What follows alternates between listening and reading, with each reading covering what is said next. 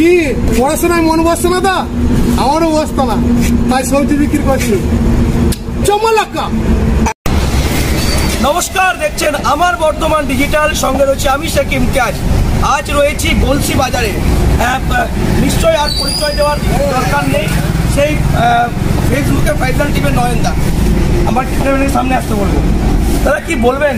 এত আপনার ফলোয়ার্স, এত পাবলিক ভালোবাসে, সত্যি করে কি বলবো, এরকম যদি পাবলিক আমাদের নিয়ে সাপোর্ট করে থাকে তা আমরা আরো উপরে উঠবো এবং কাজ তো কি বলবো আরো জোশ বেড়ে যাবে।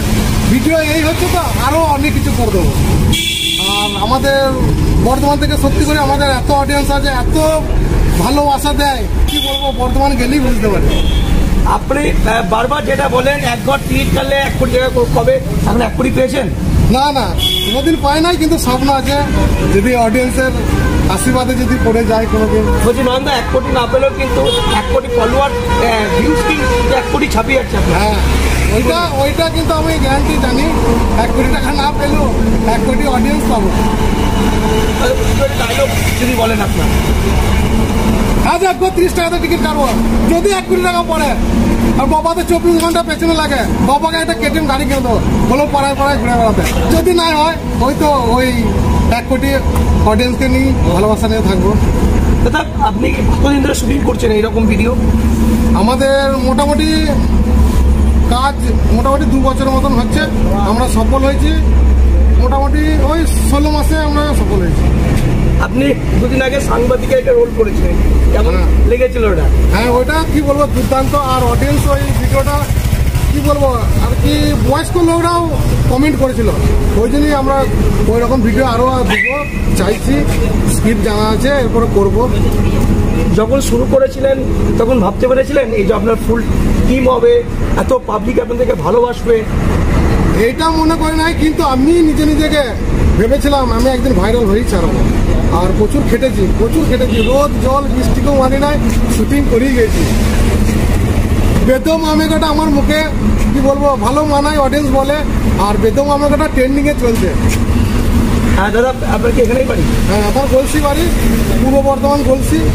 বাইরে যারা অডিয়েন্স আছে তারা জানতে পারবে। বর্ধমান শহরে কত জায়গায় শুটিং করতে কেমন লেগেছে? হ্যাঁ, গোটা 1.5 মাসের আগে শুটিং করছি, বর্ধমান গানটা বের করছি। কেন বের করেছি, বর্ধমানে প্রচুর অডিয়েন্স প্রচুর ভাবে সাপোর্ট করে, ওই জন্যই বর্ধমানে নিয়ে গান বের করলাম।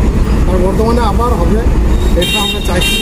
দাদা বেশি প্রশ্ন করবো না, বলছি যেগুলো প্রত্যেক দিনে বার করেন থেকে লেখা থেকে আপনার ভাবনার মধ্যে? ভাবনা, সব কিছু ভাবনা। আমাদের যতগুলো স্ক্রিপ্ট থাকে সব আমাদের নিজেদের মধ্যে।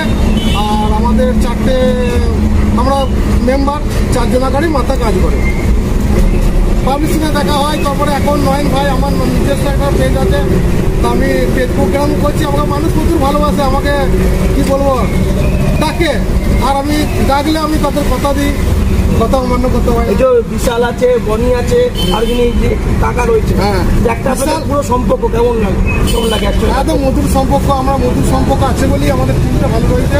তা এইভাবেই চালিয়ে যাবো। তা মানুষের সাপোর্ট যখন পেয়েছি, কি বলবো, যতদিন না মরছি ভিডিও ছাড়বো না। 1 কোটি টাকা কবে পড়বে?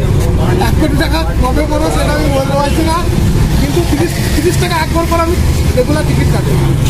একদম। আপনার আরেকটা ডায়লগ, ওই চাকা লাগা, যেটা চাকা লাগা যদি একটু বলেন। চাকা লাগা,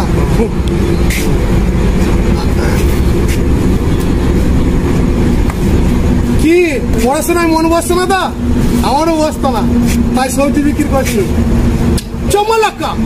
একদম, আমরা কথা বললাম সেই প্রখ্যাত নয়নদার সঙ্গে, এবং আমাদের চ্যানেলের পক্ষ থেকে, আমার বর্তমান ডিজিটাল নিউজের পক্ষ থেকে আমি ইমতিয়াজ, আপনাদের কাছে আমিও বলবো ওনাকে দেখবেন, ওনার সঙ্গে থাকবেন। এবং আমাদের আজকে পূর্ব বর্ধমানকে আজকে কিন্তু বিশ্বের দরবারে পৌঁছে দিয়েছেন নয়ন এবং তার পুরো ফাইনাল টিম। যেভাবে বর্ধমানের গলসি থেকে শুরু করে বর্ধমানের ঐতিহ্যবাহী দুর্গাপূজা হোক, কালী পূজা হোক, মহরম হোক, সমস্ত মানে একটা সম্প্রীতির বার্তা কিন্তু নয়নের টিম পৌঁছে দিয়েছে। এবং কদিন আগে কিন্তু রিপোর্টারের দর্শকও তিনি যে ভূমিকা সেটাও পালন করেছেন। সত্যি আমরাও গর্বিত যে আজকে এই পূর্ব বর্ধমানের মধ্যে দাঁড়িয়ে গলসি বাজারে ফাইনাল টিম তারা আজকে কিন্তু বাংলার প্রত্যেকটা ঘরে ঘরে প্রত্যেকটা ইয়ং জেনারেশনের মনোরঞ্জন করছেন। এই শুভেচ্ছা বার্তা আমাদেরও রইল ওনার জন্য।